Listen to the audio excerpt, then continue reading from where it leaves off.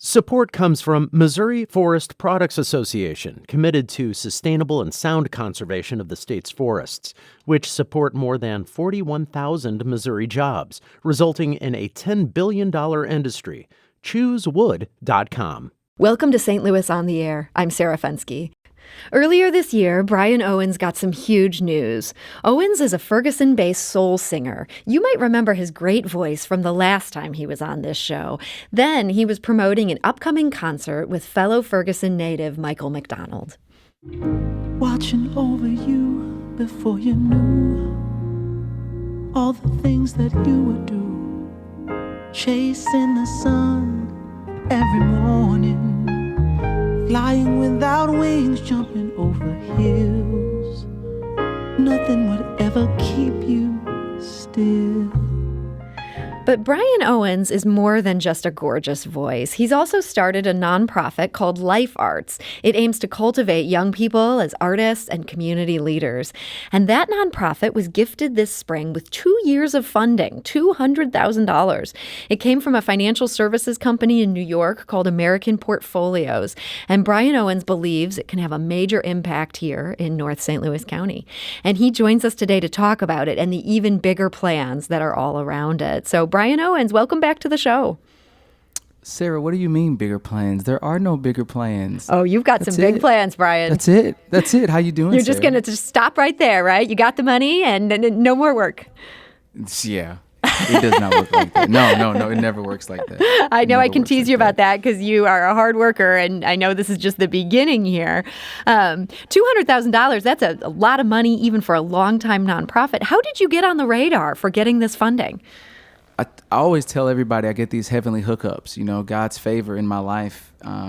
It's begun in spite of me to position things to happen. And I met the founder of American Portfolios, Lon Dolber, on Facebook. I made a post about my son, who is he's 6 years old and he's autistic and has a developmental delay. But he went over and was tinkling on the piano, and I was like, that's awesome. And I made a post about it, and some random person hits me up asking me if I heard about this place in New York that helps kids who have autism. And, 2 months later, he's asking me if I want to sing with his Motown band because he found out I was a singer. So you just made this connection online, and this guy has just ideas for you in all facets of life. Yeah. And then I went up and did a show with them last July, and it was my first time playing with him. It was great. And he took my wife and I, Amanda, out to the Center for Discovery in upstate New York, drove us out there, and on the way we started talking about what we both do. And I found out that he started a firm, a financial services firm, and that it was actually his company. And I was like, okay, that's pretty cool. And I started telling him about, Life Arts and the Life Creative ecosystem and what we're trying to do here in Ferguson, North County. And, from there, we just continued having those, conversations that led us to where inevitably we are today, where we're having this great partnership. And like you said, I do believe it's only the beginning. So tell me, what is this money going to do? I understand it's funding artist residencies. What will people do in these, or are they doing in these residencies? Yeah, so we started back in April. And the first thing is that we have 5 artists and creatives who are in residence with us, and each of them gets a monthly stipend, basically a living stipend every month, and they also get a stipend that goes towards an investment account. And they're each going to get their own financial services advisor from American Portfolios that's going to help them walk through over the next 2 years what it looks like to be a good steward of their money financially and invest in all those kinds of things. And they're also going to get to work on cool projects. And then we're also supporting them in the work that they want to be doing. One of them has a space up in the Hazelwood Florissant area called Doer House. And we're supporting him, Tim Moore, in his space and what he's doing as a creative. We have a videographer that's super talented, and 3 performing artists. So I'm really excited about what we can provide for them, because as any creative will tell you, financial stability can be a hindrance to your creativity. Mm-hmm. And so being able to have a stipend, even if it's not huge, to know that you have that income coming in and you can block out that much time of your life and direct it towards not only creativity, but community. It's not just about them doing projects. It's about them doing projects that will be productive toward the uplifting of our community. So I'm super excited about, all the things that they're going to get to do and that we'll get to do with them. Now, I understand that this is only one piece of this puzzle you're putting together, and you call it a creative ecosystem. What do you mean by that? So, full disclosure, and I say this all the time, I never wanted a nonprofit. I never wanted to start a nonprofit. I was always wanting to use my talent and my gift that God gave me to help other nonprofits raise funds and resources. And in 2014, as things would have it, we began to organically find ourselves engaged in work that necessitated us having our own nonprofit.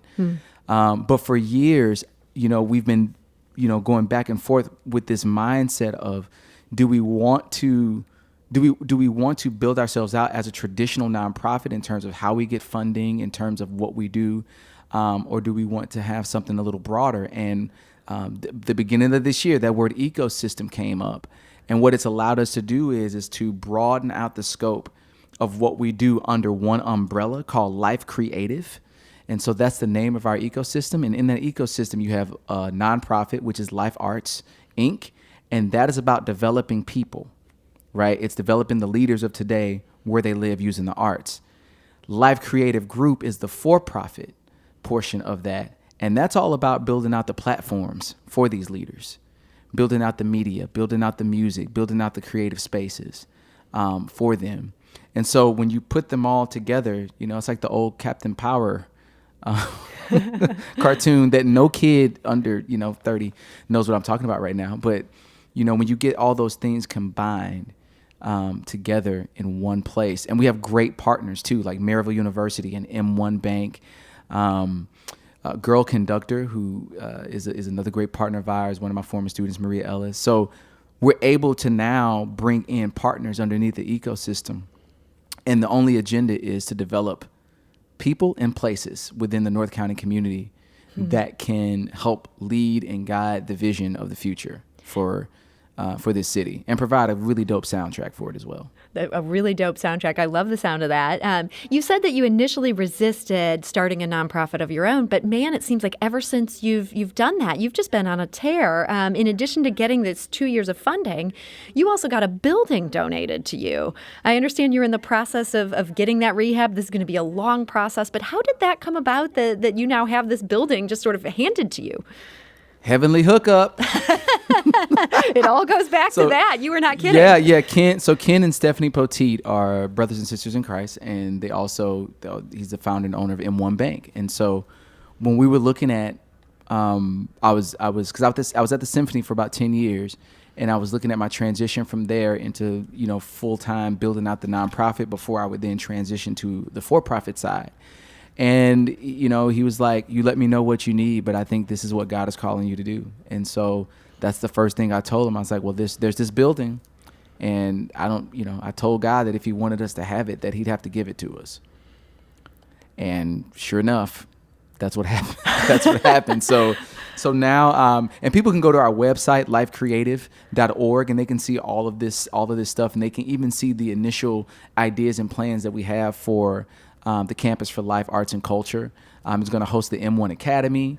And, I think it's going to be a beautiful place, not only just a community third space where people from the community can come in and just have a safe haven to, engage in creativity or just to read a good book. But the other part of this is going to be, fully functional technological workspaces and creative spaces for members of our community, and the academy side of what we're going to do, which is getting into us developing, new cool curriculums.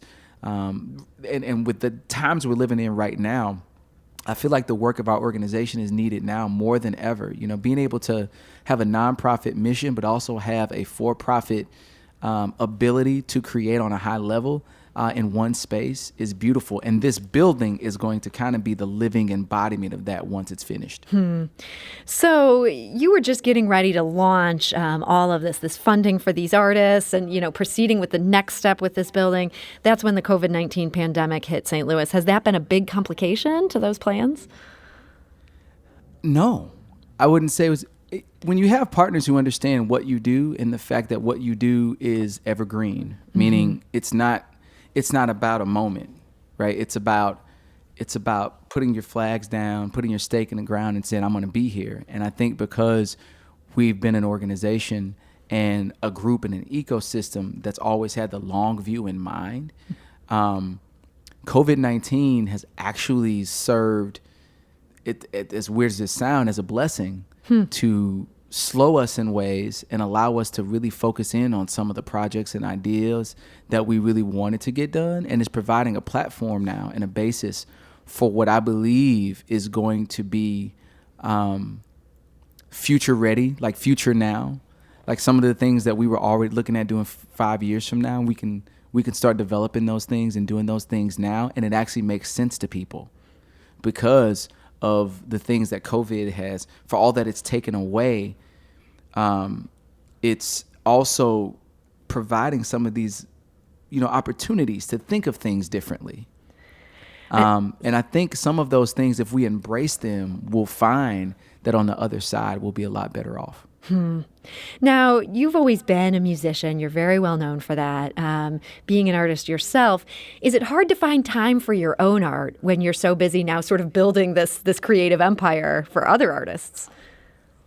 It can be, but I find that, for me, I have to make my art a part of what's being built. Mm-hmm. And so many of the projects that, we're talking about leading out in are projects that I find are projects that for me myself, I want to lead out in. Number one, as an example to my other artists of creativity, work ethic. But the other thing is that, music is one platform, but I want to do films. I want to do anything that can help us creatively tell the narrative of this city without apologizing for it, for the good, for the bad, for the beauty, and for the chaos. And I think that that's what we're finding ourselves in the position to finally do. And, anyone that wants to come and join and partner with that, we welcome them, because it's not, we're living in a very interesting time. It's like 1968 on steroids. Yeah, that's a good way to put it.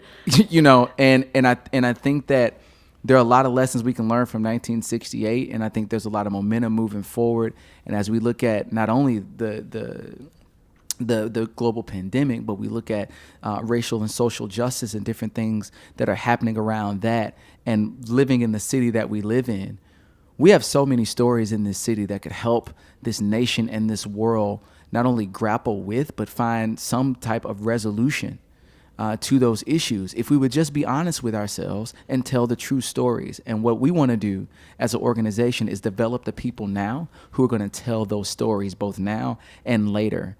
And if we can do that, not only do we help the world, but we can industrialize that process in a way that begins to help our city develop opportunities for our youth and young creatives. And that's what gets me excited every day.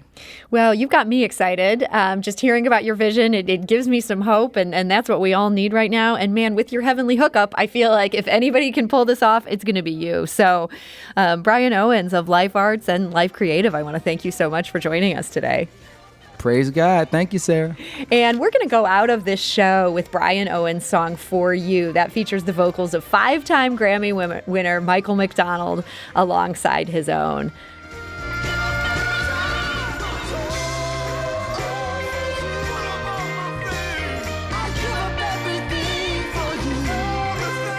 Podcast episodes of St. Louis on the Air are available at stlpublicradio.org or wherever you get your podcasts. St. Louis on the Air is a production of St. Louis Public Radio, 90.7 KWMU. Thank you for listening. I'm Sarah Fensky.